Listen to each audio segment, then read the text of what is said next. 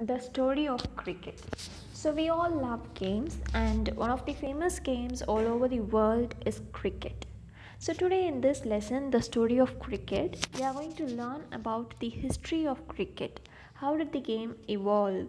What about the game equipments that are used? How about the clubs, players, and all those things? How did it reach the globally? How did it become famous all over the world? And all these things we are going to read in our lesson, the story of cricket. Cricket's origin. The cricket was first found in England about 500 years ago. Okay, and during those days the shape of bat even was different. It looked like a hockey bat. Have you seen a hockey bat? It will be curved at the end. Likewise, the bat of the cricket during those days, cricket bat was curved at the end, and it was apt to play with that bat, it seems, because during those days and all, bowlers used to bowl the ball along the ground, so it was easy to bat using that bat which was curved at the end. And not only that, game had its own peculiarities, its own differences, its own distinctiveness or uniqueness. The longest match that can be held is about 5 days, and still there is a chance that the match may become draw. But if we consider other modern days games like hockey or football and all will be held only for about 90 minutes, that is 1.5 hours, and we will get a result, that is which team scored more points and which one won. Whereas if we take baseball, it will take only half a day for the result. But cricket is one of the longest games which can be held for about 5 days, and still there is a chance that the match might become a draw. So this is one uniqueness that cricket game has. And if we consider the length of the pitch only people used to play, right? The length of the pitch is fixed, and it should be only for about 22 yards. It should be only of about 22 yards, that is 66 feet. While the shape or size or length of the pitch is fixed, the length or shape of the ground is not fixed. It can be of any shape. We can see shapes of the ground. For example, if we take Adelaide oval ground, it will be oval in shape. If we take Chepa ground, it will be almost oval in shape. There are other grounds which are square in shape or rectangular in shape. So the shape of the ground doesn't matter in cricket, whereas the shape and length of the pitch is specified. It should be only 22 yards, that is 66 feet. And the first cricket club, that is Melbourne Cricket Club, was found in Hambledon, it seems. And not only that, during those days and all, that is the first law, written rules of cricket. The rules of cricket was codified during 1744, it seems. And whenever there is a dispute between the players, like who or whether it is a wicket or not, whether it is a six or not, whatever dispute comes between the matches or in between the players, this dispute is solved by umpire. So there will be two umpires during those days who will solve all sorts of disputes that arises during the match. And not only that, the height of the stump will be about 22 inches, and the weight of the ball was about 5 and 6 ounces, 5 to 6 ounces. Okay, and there were only two stumps, it seems. Nowadays in modern cricket, how many stumps do we have? We have three stumps, and two bails will be placed on the top, that is small sticks. Whereas if we consider olden days cricket, only two stumps were there, and one long bail was placed between, that is at the top of them. Can you guess why did we bring three stumps? Yes, because if a ball is thrown and it goes in between two stumps, then we cannot decide whether it is a wicket or not, whether it can be considered or not. And as the days evolved, three stumps came into usage, and nowadays everywhere we place three stumps and two bails on the top, and the height of the stump is 22 inches, and the distance between both the stumps are placed 22 yards apart from each other. So one side batting, one side bowling, both the side stumps will be placed, and the distance between them is 22 yards apart. And as I already told, the first cricket club, Melbourne Cricket Club, was found during 1787, and during 1760s, 1770, during this time only, throwing the ball through the air became famous, it seems. I told no, during old days and all, they used to throw the ball along the ground. Likewise, the bat that was used during those days to bat, which was curved at the end, was also apt.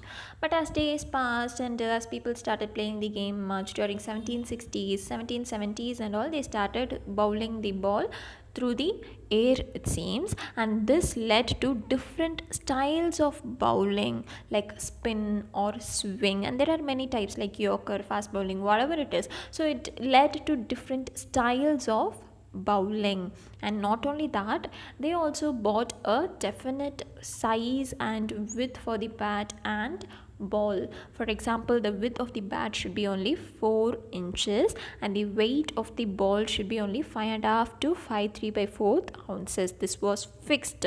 And during 1780 and all, the longest match that was held in cricket was only about 3 days, it seems. And they also told that the cricket ball should have only 6 stitches.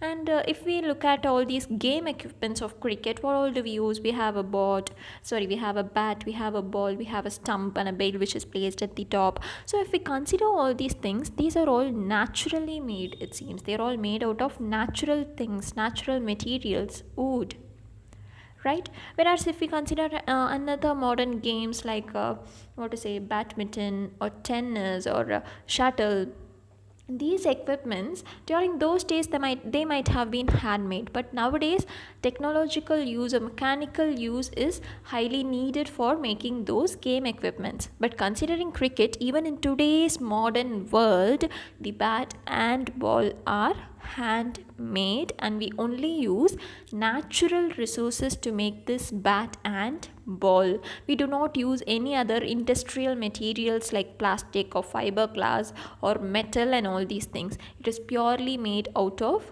wood. And during those days and all, bat was made out of single piece of wood, whereas nowadays as the bats evolved into different shapes and sizes and weight, nowadays in today's modern world the bat is made out of two pieces. One piece is the one which is wide and used to hit the ball, and the other piece is the handle. So this wide part of the bat which is used to hit the ball is made out of willow tree, and this handle part is made out of cane tree, it seems. And during those days and all, European colonialists who used to settle in our Asian lands, they made this willow and cane available even in our part of the land, which gave us access to cricket bats and ball. Whereas if we consider protective equipments, what are all the protective equipments that we use while playing cricket, like helmet or a leg pad or gloves? These things are all exception. They are made of rubber or plastic, and other things are used. And this helmet and all, they are made out of metal and synthetic lightweight materials, because the cricketer who plays should not feel heavy, right? He should feel light and he should feel himself comfortable to play the game. So till now we saw the origin and evolution of bat, ball, the game equipments and protective equipments and all those things, right? Now we will learn about the origin of Indian cricket. As I already told, the origin of cricket was in England for about 500 years ago. But if we consider the origin of Indian cricket, the first Indian community to play cricket in India were Zoroastrians, and they were also called the Parsis, and they lived in Bombay. During those days, British people, they settled in our country, they were ruling us, and there was one cricket club named Bombay Gymkhana. Though the name was Bombay Gymkhana, people who belonged to that team, they were all whites, England people, right? And then what happened? Of course, though the name is Bombay Gymkhana, it is not considered that Indian people are playing and all those things. So now, Zoroastrians, that is Parsis, these people, they formed together, they formed a team as a community, they came together and they formed the first Indian cricket club, that is Oriental Cricket Club, in 1848. And this cricket club, which consists of only Indian people, was highly funded and sponsored by great and rich businessmen like Tatas and Wadias. You all know Tata, right? Even in today's modern world, they are one of the famous businessmen, right? And now this Bombay Gymkhana and Parsis team, there are two cricket teams in Bombay, and they had only one common park to practice. Now, if we consider Bombay Gymkhana, it doesn't only consist of teams which play cricket but also other games. So, one of the games which was played by Bombay Gymkhana team was polo ponies. So polo ponies is nothing but horse ride. So what happened is this horse riding practice took place at that park, and they dig the ground, it seems, and this ground became unfit to play cricket. Well, this Parsis people team, they went to play cricket. What happened is the ground was unfit, and they complained about this to the higher official or the higher person who is in charge of that.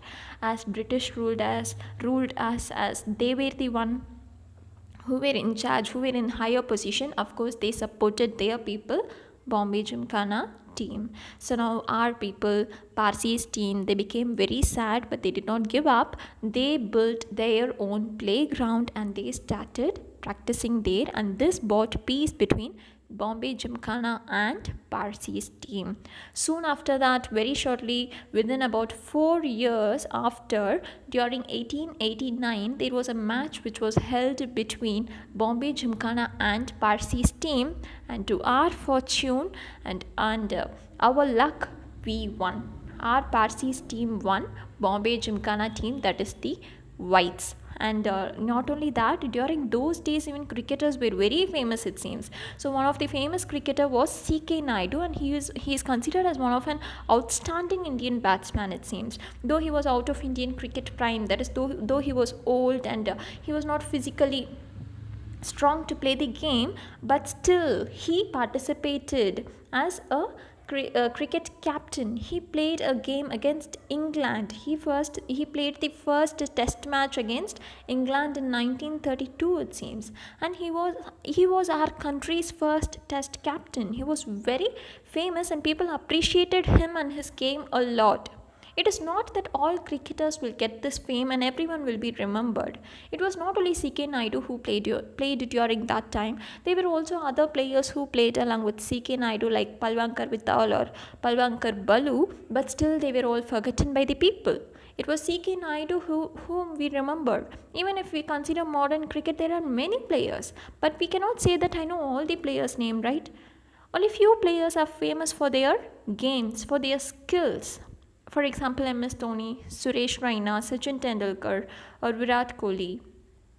Only few players. We know only few of them. Though there are n number of cricketers in our country, right? So, and not only that, India entered first World Test cricket during 1932. That is about one and a half a decade before we got independence. When did we get independence? 1947, right? So before decade and a half even we entered World Test cricket. That is a great fame to our country, right? And not only that, one good thing about British people is they conducted this cricket game among the British Empire only. They did not conduct games among different sovereign nations. That is, British people were settled in India.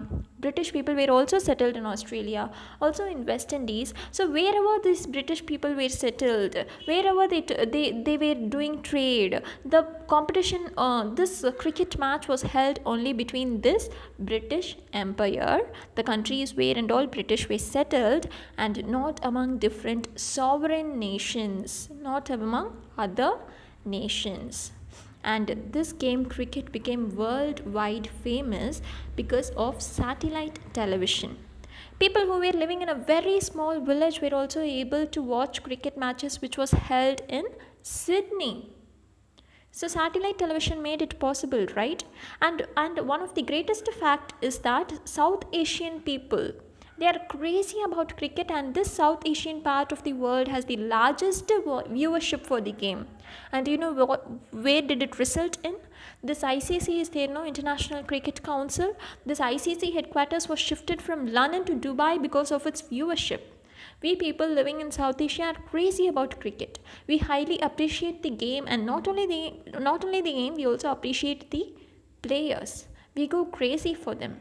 This game, which was played among a person or a country, became $1 billion business now. In today's modern world, we can see different businessmen, actors, and many other investors who invest their money into this game. They bet in this game. So this game became $1 million business, right? And one of the main reasons for its popularity is because of satellite television. Each and every people all around the world from different nook and corner are able to watch this match which is held at any part of the world because of satellite television. And not only that, Indian players are the best paid.